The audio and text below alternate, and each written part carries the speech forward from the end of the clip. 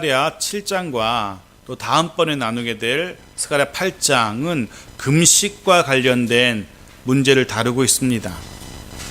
지금 이스라엘 유다 공동체는 성전이 막 재건되어 가고 있는 그런 가운데 있습니다. 배경이 되는 시대는 다리오 왕 4년이라고 성경이 기록합니다. 그런데 성전 재건의 완공은 다리오 왕 6년입니다. 이제 재건이 얼마 안 남은 겁니다. 공사가 많이 진행되어서 2년만 더 있으면 성전이 재건될 그때쯤입니다. 즉 지금 이 시대는, 지금의 상황은 재건과 회복이 한창 진행 중인, 그래서 장밋빛의 내일이 막 꿈꿔지는, 장밋빛 내일에 대한 소망으로 들떠있는 부푼 꿈을 가지고 있는 그런 공동체입니다. 그런 시기에, 막 장밋빛 푸른 꿈에 부풀어 있는 그런 시기에 이전부터 줄곧 행해왔던, 나라가 망하고 포로가 되어서 바벨론에서부터 70년 동안이나 줄곧 해왔던 예루살렘의 파괴와 예루살렘의 멸망을 기념하는 금식을 계속 해야 하는지에 대한 물음이 제기된 겁니다. 그래서 7장과 8장은 이 금식이라는 주제를 가지고 하나님 앞에서 어떤 자세로 살아야 하는지, 하나님이 원하시는 삶의 모습은 어떤 삶인지를 우리에게 교훈하고 있습니다. 오늘 이야기의 시작은 베델 사람들이 가지고 온 질문, 베델 사람들의 질문으로부터 이야기가 시작됩니다. 2절 말씀 보십시오. 그때 베델 사람이 사레셀과 레겜멜렉과 그의 부하들을 보내어 여호와께 은혜를 구하고, 베델 지역의 사람들이 사신단 대표단을 예루살렘에 파견한 겁니다. 사실 베델 역시 한때는 종교의 중심지였습니다. 남유다의 예루살렘이 종교의, 여호와 종교의 중심지였듯이 북이스라엘의 베델 역시 여호와 종교의 중심이었던 겁니다. 그런데 그런 베델에서 예루살렘으로 사신을 파견한 겁니다. 포로기 이후에는, 포로에서 돌아온 이후에는 예루살렘이 온 나라의 종교적인 중심지로서 그 권위를 인정받고 있었던 겁니다. 여하튼 그렇게 예루살렘에 도착한 사신단이 가장 먼저 여호와께 은혜를 구합니다. 성경은 여호와께 은혜를 구하고 이렇게 되어 있습니다. 그런데 원문은요, 여호와의 얼굴을 구하고 이렇게 되어 있습니다. 여호와의 얼굴을 구하고, 또 더 정확하게 말하자면 여호와의 얼굴을 구하기 위하여 라고 되어 있죠. 하나님께서 은혜를 베푸셔서 자신들을 만나주시고 자신들이 들고 온 그 질문에 답을 해주시기를 바라고 있는 겁니다. 하나님이 나를 만나주셨으면 좋겠습니다. 나를 만나주시고 내가 품고 온, 내가 가지고 온 이 문제 좀 해결해 주셨으면 좋겠습니다. 그런 은혜를 주시면 좋겠습니다. 라는 그런 사모함으로 하나님 앞에, 여호와 하나님 앞에 지금 나오고 있는 겁니다. 우리는 이들에게서 하나님 앞에 예배드리러 나오는 사람들의 바른 태도, 바른 자세를 엿보게 됩니다. 우리 역시 하나님께 나올 때 하나님의 얼굴을 구해야 됩니다. 하나님의 얼굴을 구하며 그로부터의 은혜를 구해야 하는 것입니다. 하나님이 은혜를 주셔야만, 아니 하나님이 그 얼굴로 우리를 만나 주셔야만 우리가 온전히 하나님을 예배할 수 있기 때문에 그렇습니다. 하나님이 나를 만나 주시고 내게 은혜를 주셔야만 하나님의 말씀도 들려지는 것이고 그것이 이해되는 것이고 깨달아지게 되는 것입니다. 하나님이 은혜를 주셔야만 그 말씀이 내게 들려지고 이해되고 깨달아지고 그 말씀대로 살 수 있게 되는 것입니다.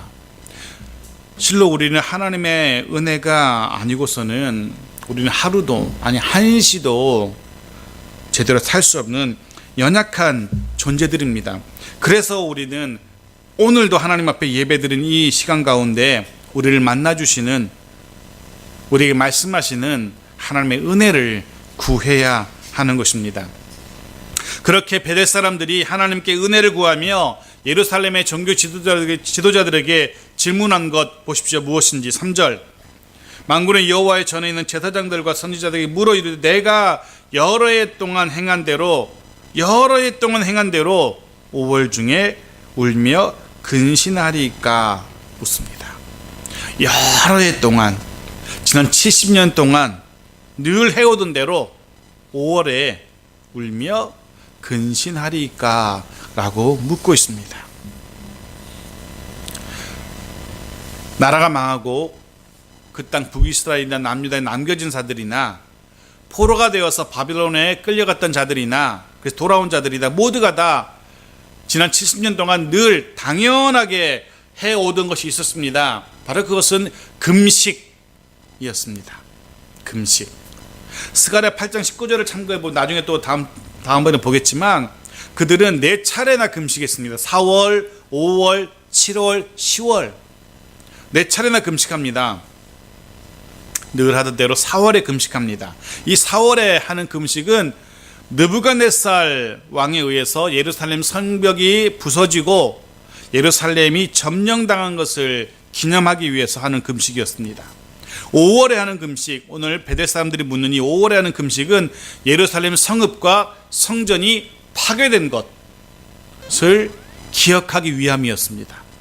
그리고 7월에 하는 금식은 이스마엘이라는 사람에 의해서 유다의 총독 그달리아를 비롯한 많은 지도자들이 학살당한 날을 기념하기 위함이었고 10월에 하는 금식은 역시 느부갓네살이 이제 예루살렘을 막 포위했을 때 포위하기 시작한 날을 기념하기 위함입니다.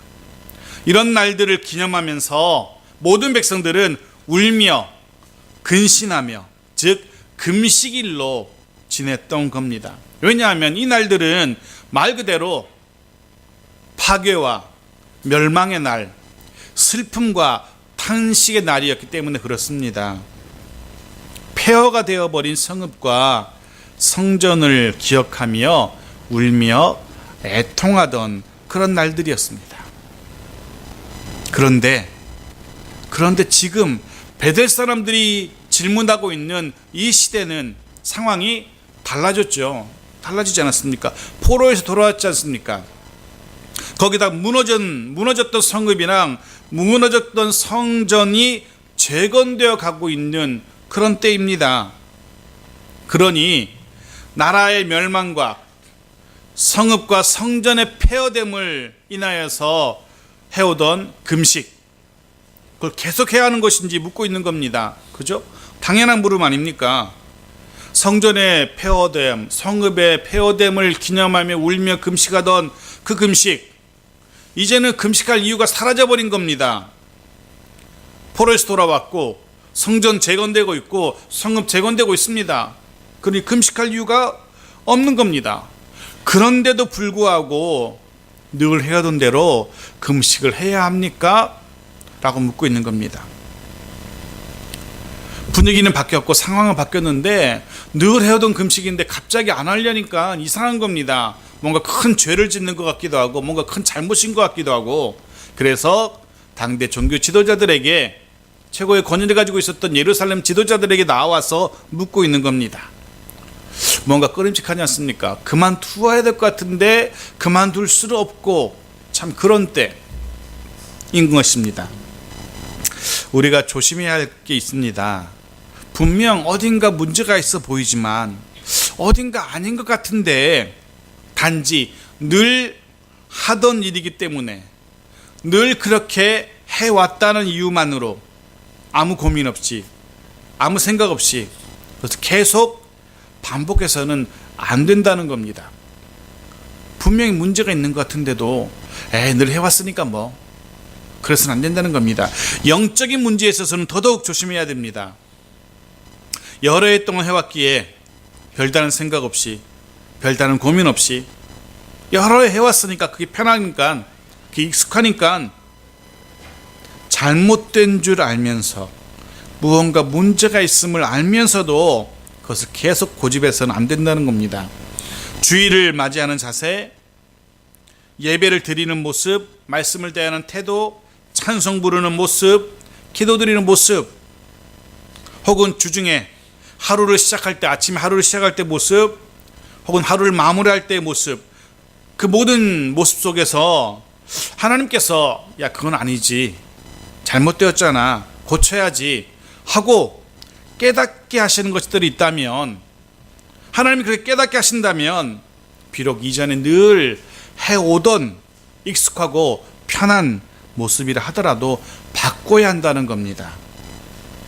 베델 사람들은 늘 해오던, 그래서 아무도 문제를 제기하지 않고 그냥 늘 하던 대로 그냥 하루 금식해버리는 그런 금식의 타당성을, 그 타당성의 문제를 제기하고 있는 겁니다. 늘 해오던, 이전에 해오던 것처럼 늘 해오던 금식이었지만 지금 상황에는 어울리지 않는다라고 생각했던 겁니다. 영적인 부분에 있어서 그런 진지한 고민들, 깨달음이 우리 가운데도 있어야 됩니다. 베델 사람들의 물음에 하나님께서 드디어 대답하십니다. 5절 6절 보십시오. 온 땅의 백성과 제사장들에게 이르라, 너희가 70년 동안 다섯째 달과 일곱째 달에 금식하고 애통하였거니와 그 금식이 나를 위하여 한 것이냐? 너희가 먹고 마실 때에 그것은 너희를 위하여 먹고 너희를 위하여 마시는 것이 아니냐라고.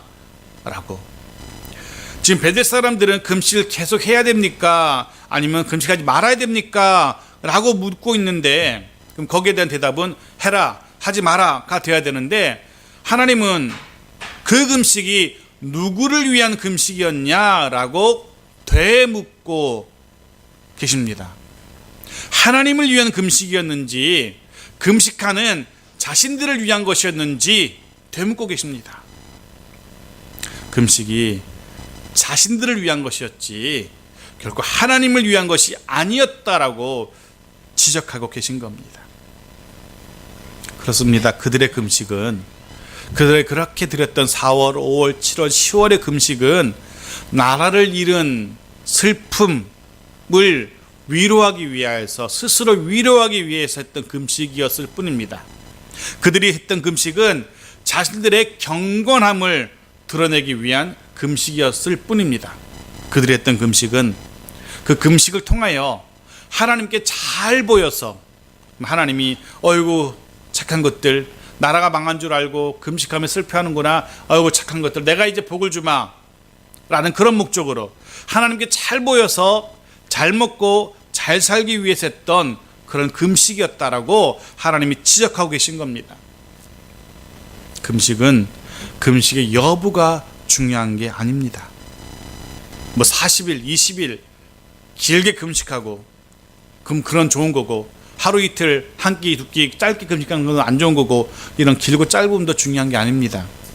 금식하는 자의 태도, 금식하는 자의 자세, 정신이 중요한 겁니다. 금식은 하나님 앞에서의 겸손, 하나님을 향한 섬김과 헌신, 신실함으로 이어져야 합니다. 그저 한 끼 굶는 것으로 땡이 아니라 그 금식을 통하여서 하나님 앞에서의 더 올바른 자세로 변화되어야 되는 겁니다. 올바른 금식은 하나님을 위한 바른 삶으로 이어져야 된다는 겁니다. 고린도전서 10장 31절 말씀 보십시오. 같이 읽죠. 시작. 그런즉 너희가 먹든지 마시든지 무엇을 하든지 다 하나님의 영광을 위하여 하라. 아멘. 금식 그 자체가 중요한 게 아니라는 겁니다. 금식하는 자의 삶이 하나님을 위한 삶, 하나님의 영광을 드러내는 삶인지 아닌지, 그것이 중요하다는 겁니다. 그런 삶으로 이어지지 않는 금식이라면, 하나님의 영광을 드러내지 못하는 금식이라면 하나님은 그렇게 금식하는 자와 함께 하시지 않습니다.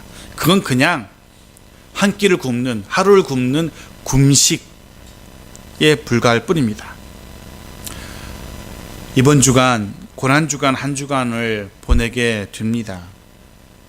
대부분의 교회와 대부분의 성도들이 주님의 고난에 동참하겠노라 결단하면서 금식을 선택합니다.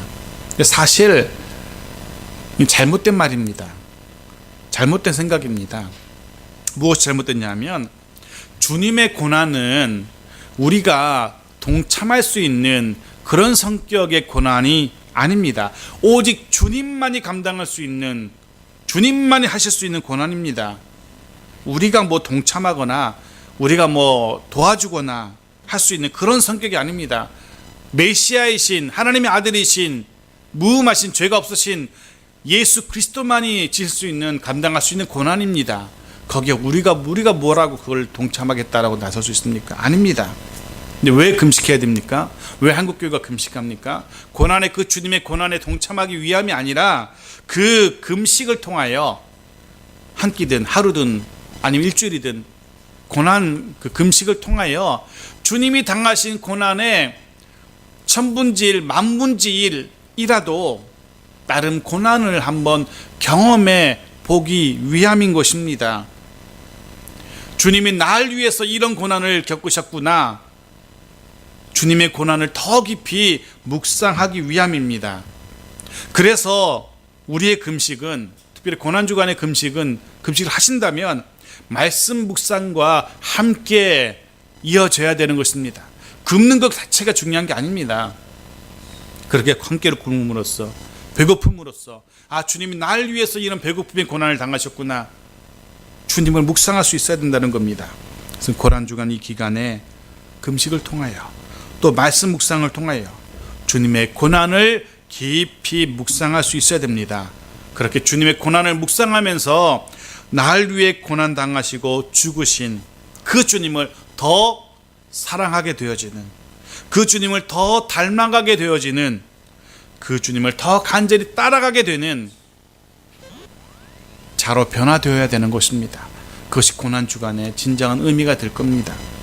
주님을 더 닮아가게 되고 주님을 더 사랑하게 되는 시간, 이게 고난주간을 제대로 보내는 모습입니다. 이 올바른 또한 금식일 겁니다. 하루 종일 쫄쫄 굶으면서 배고파 죽겠다고 방에서 뒹구는 것이 아니라 그 고난 가운데 주님을 묵상하는 시간을 갖는 것, 그 진정한 고난주간이고 진정한 금식의 모습이 될 겁니다. 본문에 제기된 문제가, 베델 사람들이 제기한 문제가 금식이라서 스갈에서는 지금 금식의 문제를 다루고 있지만 비단 금식만이 아닙니다. 예배도 마찬가지입니다. 예배자 자신의 만족을 위한 예배가 되어서는 안 되는 겁니다. 하지만 우리의 모습, 주변의 모습들 한번 보십시오. 많은 사람들이 자기 자신을 위한 예배 드리고 있습니다. 무엇을 보고 알 수 있습니까? 그 예배의 중심이 누구인지를 보면 압니다. 그가 예배의 중심을 누구로 생각하는지 보면 압니다. 많은 사람들이 예배의 중심에 자기를 둡니다. 그래서 예배를 드릴지 말지 누구를 기준으로 판단합니까? 자신을 기준으로 판단하는 겁니다. 자기의 일정을 기준으로, 자신의 컨디션을 기준으로 결정하고 판단하는 겁니다. 하나님을 위한 예배가 아니라, 하나님 앞에서의 예배가 아니라 자기 자신의 만족을 위한 예배가 되는 겁니다. 결코 하나님이 기뻐하시는, 하나님이 원하시는 예배가 아닌 겁니다. 바라기를 우리의 예배는 하나님을 중심으로 하나님을 만족해하며 하나님께 집중하는 예배, 하나님을 기쁘시게 하는 예배가 되기를 간절히 소원합니다. 하나님께서는 이 사실을, 금식에 대한 이런 교훈을 이미 이전의 선지자들을 통해서 말씀하셨다라고 그렇게 덧붙이십니다. 지금 처음으로 말씀하신 게 아니라는 겁니다. 이미 이전의 선지자들을 통하여서 7절 말씀 보십시오. 예루살렘과 사면 성읍의 백성이 평온히 거주하며 남방과 평원의 사람이 거주할 때에, 즉 나라가 망하기 전을 말합니다. 북이스라엘이 망하기 전, 남유다가 망하기 전, 평안하게 살아갈 그때에 여호와가 옛 선지자들을 통하여 외친 말씀이 있지 않느냐? 너희가 망하기 전에 내가 벌써 이런 얘기 했었다 라고 하나님이 말씀하고 있는 겁니다. 하나님은 옛 선지자들을 통하여서 진정한 예배가 어떤 예배인지, 진정한 금식이 어떤 금식인지 이미 말씀하셨던 겁니다. 포로되기 전 이스라엘도 남유다도 평안하게 살아갈 때 그들의 종교적인 열심은 대단했었죠. 그런데 하나님께서는 이스라엘의 종교적인 열심도, 유다의 종교적인 열심도 연락하지 않으셨어요. 받지 않으셨어요. 이유가 무엇일까? 이사야 58장 보십시오. 이사야 58장 3절 4절 같이 읽겠습니다. 시작. 우리가 금식하되 어찌하여 주께서 보지 아니하시며 우리가 마음을 괴롭게 하되 어찌하여 주께서 알아주지 아니하시나이까. 보라, 너희가 금식하는 날에 오락을 구하며 온갖 일을 시키는도다. 보라, 너희가 금식하면서 논쟁하며 다투며 악한 주먹으로 치는도다. 너희가 오늘 금식하는 것은 너희의 목소리를 상달하게 하려는 것이 아니니라. 이해되시는지요? 나라가 망하기 전에도 그들의 금식은 이랬습니다. 그저 형식만 남아있는, 껍데기만 남아있는 그런 금식이었던 겁니다. 금식하면서 하나님께 매어달리는, 금식하면서 하나님께 간절히 사모하며 외치는 그런 금식이 아니었던 겁니다. 자기도 할 거 다 하고 놀 거 다 놀고 이웃과도 싸우고 논쟁하고 주먹질하면서 그렇게 금식 아닌 금식을 했던 겁니다. 말 그대로 금식을 위한 금식이었습니다. 금식뿐만이 아니었습니다. 그들의 모든 삶의 모습이 그러했던 겁니다. 해서 하나님께서 이런 그들에게 이미 선지자들을 통하여서 계속 경고하셨다라고 하나님 말씀하십니다. 그런데 그들이 들었습니까? 듣지 않았습니다. 결국 나라는 망하고 그들이 포로가 되었던 거죠. 그래놓고 그들이 이제 나라가 망했다 금식하고 있는 겁니다. 하나님께서 또 물으신 겁니다. 너희가 지금 하는 금식은 어떤 금식이냐? 이전에 너희 조상들이 했던 것 같은 그런 금식 아니냐? 조상들이 그렇게 자기들을 위한 금식, 금식 아닌 금식했던 것처럼 너희도 70년 동안 그렇게 하지 않았느냐라고 하나님이 지금 지적하고 따끔하게 말씀하고 계신 겁니다. 계속해서 하나님께서 말씀하십니다. 이전 선지자들이 뭐라고 외쳤는지 들어봐라. 그 외침을 들려주십니다. 9절 10절입니다. 같이 읽죠. 시작. 만군의 여호와가 이같이 말하여 이르시기를 너희는 진실한 재판을 행하며 서로 인애와 긍휼을 베풀며 과부와 고아와 나그네와 궁핍한 자를 압제하지 말며 서로 해하려고 마음에 도모하지 말라 하였으나. 이전 선지자들이 이렇게 외치지 않았느냐? 인애와 긍휼. 하나님께서 하나님의 백성들의 삶 속에서 보기 원하셨던 모습이 바로 이거였습니다. 인애와 긍휼. 바로 이것이 하나님 앞에 제사 드리는 자, 하나님 앞에 금식하는 자들의 삶 속에 있어야 될 모습인 겁니다. 인애와 긍휼. 열심히 제사 드렸던, 열심히 금식했던 이스라엘, 유다는 그들의 삶 속에 이런 모습이 없었습니다. 그들은 과부와 고아와 나그네와 궁핍한 자 압제하지 말았어야 합니다. 하나님을 예배하며 하나님 앞에 금식하던 그들이었기에 제대로 금식하고 제대로 예배했다면 서로 해하려고 마음에 도모해서는 안 되었던 겁니다. 분명 그들은 하나님을 향한 희생제사, 우리와는 비교도 되지 않게 열심히 했습니다. 희생제사 빼먹는 거 상상도 할 수 없었습니다. 그들에게는 절기 준수했습니다. 금식 자주 했습니다. 우리와는 비교도 되지 않게 경건한 모습으로 살았던 그들입니다. 하나님 앞에서. 그렇게 스스로도 잘하고 있다고, 이 정도면 잘하고 있어라고 자부할 정도였습니다. 희생제사 열심히 드렸죠. 절기 준수했죠. 금식했죠. 이 정도 되면 하나님이 복 주시겠지, 복 주셔야 마땅하지 라고 생각할 정도로 그들의 모습은 완벽했던, 종교적으로 완벽했던 것 같습니다. 하지만 하나님은 그런 그들에게 오히려 복이 아니라 멸망을 선언하셨죠. 그들은 희생제사는 드렸지만, 절기는 준수했지만, 자주 금식하긴 했지만, 제사 드린 자로서, 절기를 준수한 자로서, 금식한 자로서 그들의 삶 속에서 드러나야 할, 사람과의 관계 속에 드러나야 할 인애와 긍휼은 전혀 없는 엉망진창의 삶을 살았던 겁니다. 기억하십시오. 사람과의 관계 속에서, 우리의 삶의 모습 속에서 하나님이 기뻐하시는 인애와 긍휼이 없다면 하나님께 드리는 제사, 하나님 앞에서 절기 준수, 금식 아무 소용이 없는 겁니다. 우리의 삶의 모습에 은혜와 긍휼이 없다면 하나님과의 관계도 뻔한 겁니다. 제대로 할 리가 없는 겁니다. 은혜와 긍휼을 어떤 한글 성경은 관용과 자비라고 표현하고 있습니다. 관용과 자비. 또 어떤 성경은 신의와 사랑이라고 번역하기도 합니다. 인애와 긍휼이 조금 어려울 수 있으니까 잘 안 쓰는 단어니까 우리가 자주 쓰는 단어를 그렇게 바꾸고 있습니다. 관용과 자비 혹은 신의와 사랑. 어떻습니까?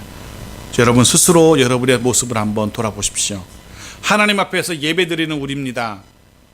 그렇게 하나님께 예배드리는 우리들 삶 속에 관용과 자비, 신의와 사랑 모습으로 기억될는지 바라기는 우리 모두 그런 사람들로 기억되기 원합니다. 주변 사람들에게 또 하나님에게 관용과 자비의 사람으로 신의와 사랑의 사람으로 기억될 수 있기를 간절히 소원합니다. 이런 자가 하나님 앞에서 온전하게 제대로 예배드리고 제대로 살아가고 있는 자의 모습입니다. 하지만 이스라엘은, 유다는 그렇지 못했던 겁니다. 11절 말씀 보십시오. 그들이 듣기를 싫어하며 등을 돌리며 듣지 아니하려고 귀를 막으며. 그들의 이 고집스러운 모습 보십시오. 선지자들이 정말 열심히 외쳐대니까 듣기는 싫고, 그래도 열심히 외쳐대니까 아예 등을 돌려버립니다. 그래서 소리는 들리잖아요. 어떻게 합니까? 귀를 막아버립니다. 말 그대로 단호하게 거절하고 있습니다. 단호하게. 이게 듣기를 싫어하며 라는 말, 히브리어로 마엔이란 단어인데 완전히 아주 단호하게 거절하는 모습, 조금의 여지도 안 남겨놓는 그런 모습을 말합니다. 인애와 긍휼이 없었던 그들에게 선지자가 계속 외칩니다. 너에게 필요한 것은 인애와 긍휼이야. 금식이 아니야, 예배가 아니야, 제사가 아니야, 절기준수가 아니야. 너에게 필요한 것은 인애와 긍휼이야 라고 아무리 외쳐도 귀를 막고 듣지 않는 겁니다. 등을 돌려버립니다. 방법이 없습니다. 12절 말씀도 보십시오. 그 마음을 금강석 같게 하여 율법과 만군의 여호와가 그의 영으로 그의 선지자들을 통하여 전한 말을 듣지 아니함으로 큰 진노가 만군의 여호와께로부터 나왔도다. 그들의 마음이 금강석 같답니다. 금강석, 가장 단단한, 강도가 가장 높은 보석이랍니다. 말 그대로 견고한 돌입니다. 그 무엇으로도 새길 수 없는 그들의 마음, 하나님의 말씀이, 하나님의 율법이 전혀 들어갈 틈이 없는 겁니다. 아무리 옛 선지자들이 외치고 또 외치고 또 외쳐도 그들의 마음이 금강석처럼 더 있어가지고 말씀이 들어가지 않는 겁니다. 남는 것은 무엇밖에 없습니까? 큰 진노밖에 없었습니다. 큰 진노. 큰 진노가 만군의 여호와께로부터 나왔도다 라고 선언합니다. 13절 말씀 보십시오. 그 진노 가운데 하나 같이 읽어볼까요? 시작. 내가 불러도 그들이 듣지 아니한 것처럼 그들이 불러도 내가 듣지 아니하리라. 만군의 여호와가 말하노라. 이게 하나님의 진노이신 것 이해되십니까? 그들이 아무리 불러도 하나님이 듣지 않으신답니다. 엄청난 하나님의 진노인 겁니다. 불러도 계속해서 수없이 반복해서 듣는 걸, 부르는 걸 말합니다. 하나님께서 그들을 수없이 반복해서 불러도 그들은 듣지 않았습니다. 이제 남겨진 하나님의 진노는 하나님이 듣지 않으시는 겁니다. 아무리 그들이 불러도 하나님 듣지 않으시겠답니다. 분명 그들에게도 하나님이 필요할 때 있을 겁니다. 하나님이 아니시면 도무지 방법이 없는 그런 문제 만날 겁니다. 하나님의 도움이 아니면 안 되는 위기의 순간 있을 겁니다. 자기 힘으로, 자기 재주로, 자신들이 가진 것으로는 도저히 해결할 수 없는 그런 순간, 즉 나라가 포위되고 성읍이 무너지고 성전이 무너져 내리는 그런 순간, 그때 그들이 뭘 하겠습니까? 남겨진 걸 할 수 있는 거 하나 있다면 하나님께 소리쳐서 살려달라는 것밖에 없을 겁니다. 정말로 위기 상황 아닙니까? 나라가 망해가고 있고 사랑하는 가족들이 적군의 칼날에 쓰러지고 있습니다. 할 수 있는 것, 살려달라고 외치는 것밖에 없습니다. 그런데 바로 그때 하나님이 휙 하고 얼굴을 돌려버리신답니다. 등을 돌려버리신답니다. 귀를 막으신답니다. 그들이 그렇게 했던 것처럼 하나님의 큰 진노인 것입니다. 사랑하는 성도 여러분, 성도에게 있어서, 하나님의 백성에게 있어서 가장 큰 복이 뭐라고 생각하십니까? 우리에게 있어서 가장 큰 복 뭘까요? 내가 기도할 때, 내가 하나님께 부르짖을 때, 간절히 부르짖을 때 하나님이 그래 알았다, 오냐 알았다, 내가 도와주마, 내가 해결해주마, 내가 위로해주마, 하나님이 응답하시는 것, 이게 우리에게 있어서 가장 큰 복일 겁니다. 신명기 4장 7절 말씀 보십시오. 같이 읽죠. 시작. 우리 하나님 여호와께서 우리가 그에게 기도할 때마다 우리에게 가까이 하심과 같이 그 신이 가까이 함을 얻은 큰 나라가 어디 있느냐. 우리가 그에게 기도할 때마다 우리에게 가까이 하심과 같이, 하나님은 그런 하나님이셨습니다. 기도 응답을 이야기합니다. 이게 가장 큰 힘이고 가장 큰 위로인 겁니다. 먼저 하나님께서 우리에게 말씀하실 때 응답하십시오. 그럼 우리가 기도할 때에 하나님도 응답하실 겁니다. 반대로 하나님께서 말씀하실 때, 하나님이 우리에게 간절히 말씀하실 때 외면해 버린다면 하나님도 그날에 우리를 외면해 버리실 겁니다. 하나님께서 그렇게 말씀하실 때 외면했던, 응답하지 않았던 이스라엘 유다, 그들의 마지막 모습 보십시오. 14절 같이 읽죠. 시작. 내가 그들을 바람으로 불어 알지 못하던 여러 나라에 흩었느니라. 그 후에 이 땅이 황폐하여 오고 가는 사람이 없었나니 이는 그들이 아름다운 땅을 황폐하게 하였음이니라 하시니라. 아멘.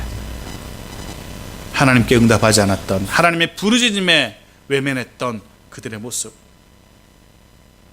나라가 망하고 여러 나라에 흩어지게 됩니다. 그들이 살던 땅은 분명 아름다운 땅이었습니다. 오늘 본문에 말하는 것처럼 아름다운 땅이었습니다. 젖과 꿀이 흐르던 하나님의 약속이 깃든 땅이었습니다. 근데 그런 아름다운 땅이 황폐하게 되어버렸습니다. 여러분 기억하십시오. 하나님의 약속의 땅도 황무지가 될 수 있습니다. 하나님이 돌보시던 아름다운 땅도 폐허가 될 수 있습니다. 우리가 하나님의 말씀에 응답하지 않는다면, 하나님이 우리에게 허락하신 그 아름다운 땅도 폐허가 될 수 있다는 무서운 사실을 우리는 기억해야 됩니다. 이스라엘은 그들이 하나님께 응답하지 않았기 때문에 폐허가 되었습니다. 뿐만 아니었습니다. 그 땅에 살던 사람들, 하나님의 백성들은 온 열방으로 흩어지게 되는, 포로가 되는 그런 결말을 보게 됩니다. 이유가 무엇이었다고요? 하나님께 응답하지 않아서, 하나님의 말씀에 응답하지 않아서입니다. 하나님의 말씀대로 금식하는 자다운 인애와 긍휼의 삶을 살지 않아서입니다. 예배자에게 있어야 되는 인애와 긍휼이 없었기 때문입니다. 말씀을 마칩니다. 오늘 스가랴 7장은 금식의 문제를 가지고 진정한 금식에 대해서 이야기를 시작했습니다. 베델 사람들은 먼저 하나님께 은혜를 구하며 그런 겸손한 모습으로 하나님께 나왔었죠. 우리 역시 매주일 하나님 앞에 예배드리러 나올 때 우리의 자세, 우리 마음 역시 그러해야 합니다. 하나님의 얼굴을 구하는, 하나님 오늘 나를 만나 주셔야 합니다, 하나님 내게 은혜를 주셔야 합니다 라는 그런 자세로 하나님 앞에 나오는, 예배하러 나오는 우리 모두가 되어야 됩니다. 그리고 하나님이 은혜를 베푸셔서 우리의 예배 가운데에, 우리의 삶의 모습 가운데에 잘못된 것 있다면 깨닫게 하시고, 비록 그것이 지금까지 오랜 시간 동안 별 생각 없이, 문제의식 없이 오랜 시간 지속된 것이라 할지라도 하나님이 깨닫게 하신다면, 잘못되었어, 맞지 않아 하신다면 고칠 수 있어야 됩니다. 포기할 수 있어야 됩니다. 그래서 우리의 삶을 통하여, 우리의 예배를 통하여 온전히 하나님의 영광이 드러나는 그런 우리 예배와 우리의 삶이 되기를 간절히 소원합니다. 우리의 삶 속에 하나님이 기뻐하실 만한 인애와 긍휼이 점점 더 많아지기를 간절히 소원합니다. 그럴 때에 하나님은 우리의 간절한 기도에 응답하실 겁니다. 그렇게 하나님의 응답을 경험하는 우리 모두의 은혜로운 삶, 복된 삶이 되어지기를 간절히 축원합니다. 아멘.